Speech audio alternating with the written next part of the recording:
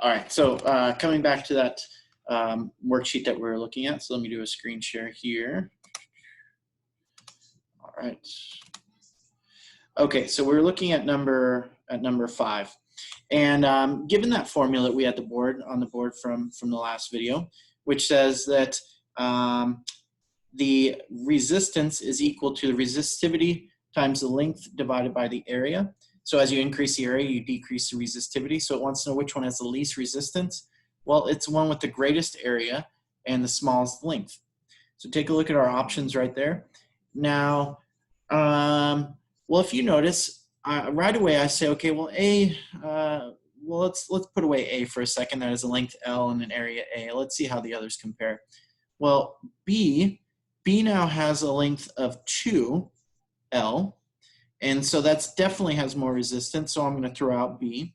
I can say that E has an area of 2A, and so that's definitely less than A, so I can throw out A as well.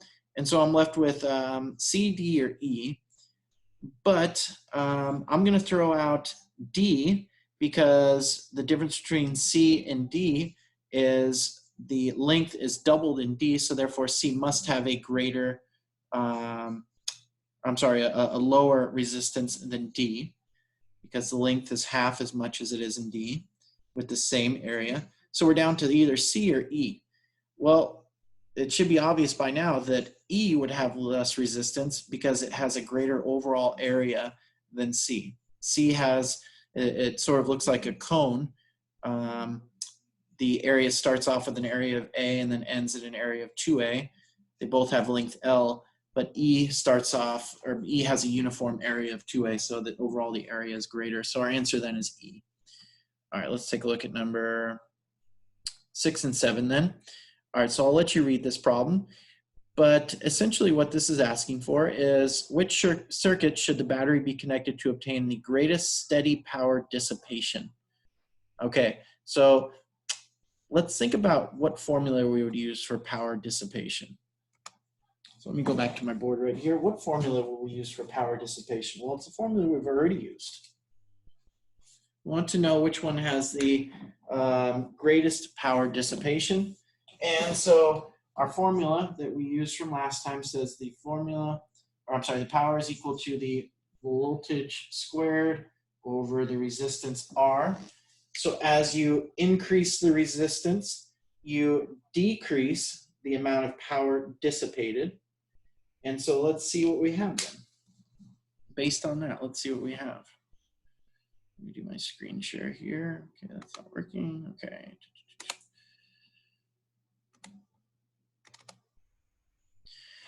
Okay, so right away, well, for a problem like this, we just have to know, the greatest steady power dissipation.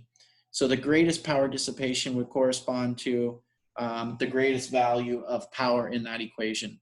In other words, which one has the least resistance is going to dissipate the most power. And so what we have to do is we have to compare the equivalent resistances of A, B, C, D, E. We have to compare the equivalent resistances of each one of these circuits to figure out how much power is dissipated. And so I'm not going to actually solve this one. I'm going to leave this one up to you. But what I will say is this, we need to compare this equation right here, and then we just need to know that in parallel, our equivalent resistance is equal to 1 over resistor 1 plus 1 over resistor 2 plus however many resistors you have. Take the inverse of it. And then in series, we have an equivalent resistance of just R1 plus R2 plus R3, however many resistors you have, and so forth. Find the equivalent resistance for each circuit, and then find the power dissipated using that, and then go from there. All right, so let me actually focus then on the next part.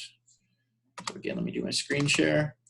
The next part says, which circuit will retain stored energy if the battery is connected to it and then disconnected? So keep in mind, when you connect a battery to a capacitor, that capacitor acts as two plates that can get charged up. So the battery pushes charge into the plate. It pushes it until it can no longer push it any longer. At that point, charge no longer flows and the capacitor is fully charged.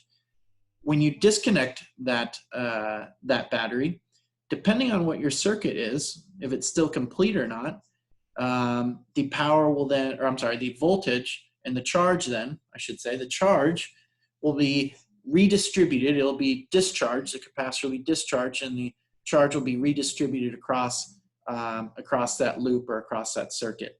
So the question is which one of these is going to cause the capacitor to stay charged? Which one of these is going to cause the capacitor not to discharge?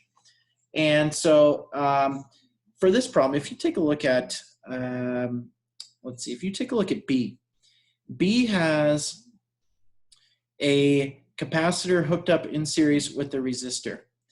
Now, if you were to charge that capacitor, but then take that battery out, the circuit is no longer complete. And so because the circuit is no longer complete, the capacitor can't discharge itself.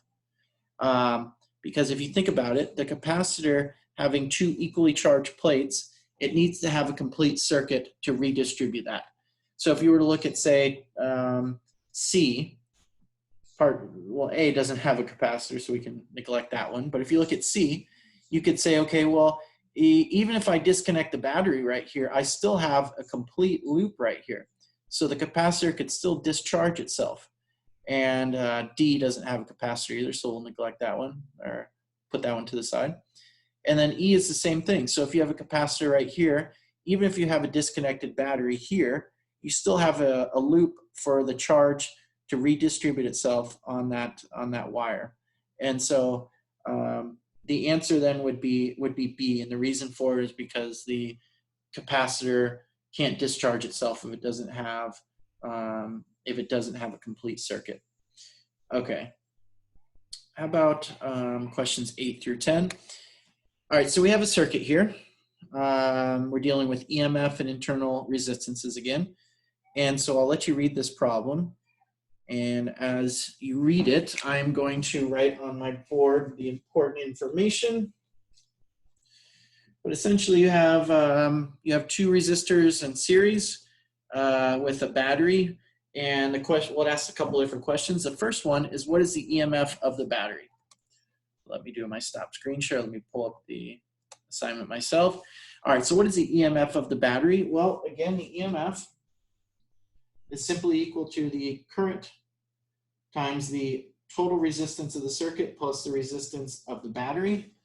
And so if we plug all of that in, our current is 0.3.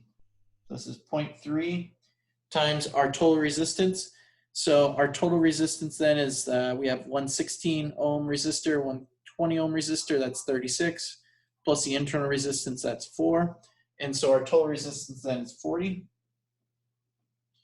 And so if I type that in, I get 12 volts. So our EMF, think of the EMF as the maximum possible voltage that the battery can produce. Its EMF is a way of producing voltage through well, I shouldn't say that. Think of a battery as a chemical reaction that then produces a potential difference.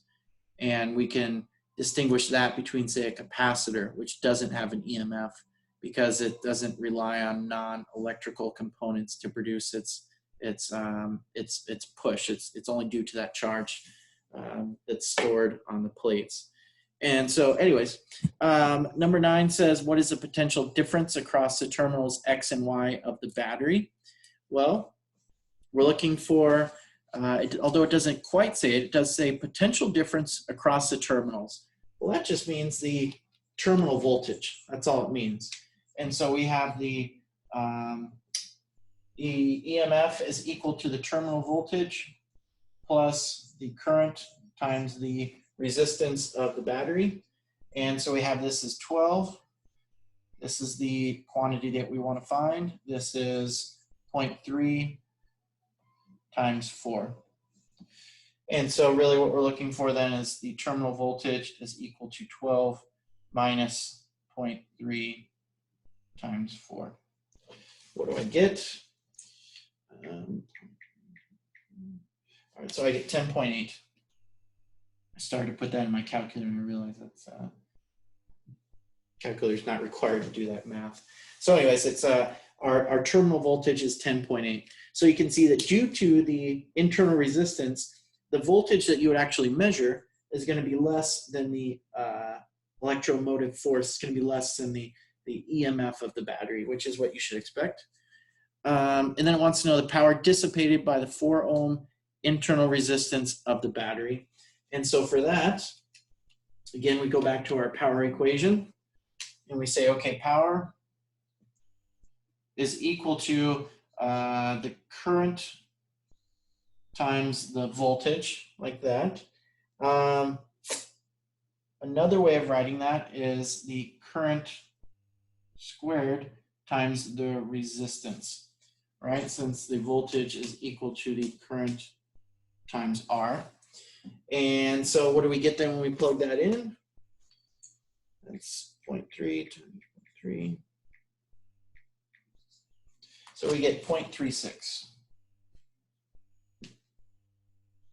And the units for it are watts. So it's 0.36 watts. All right, so those are your answers. And so if I look at the actual problems, I would say it's for 8, it's 12 volts, 9 is 10.8 volts, and then 10 is 0.36 watts. So that's D, C, and A. All right, so those are the answers to our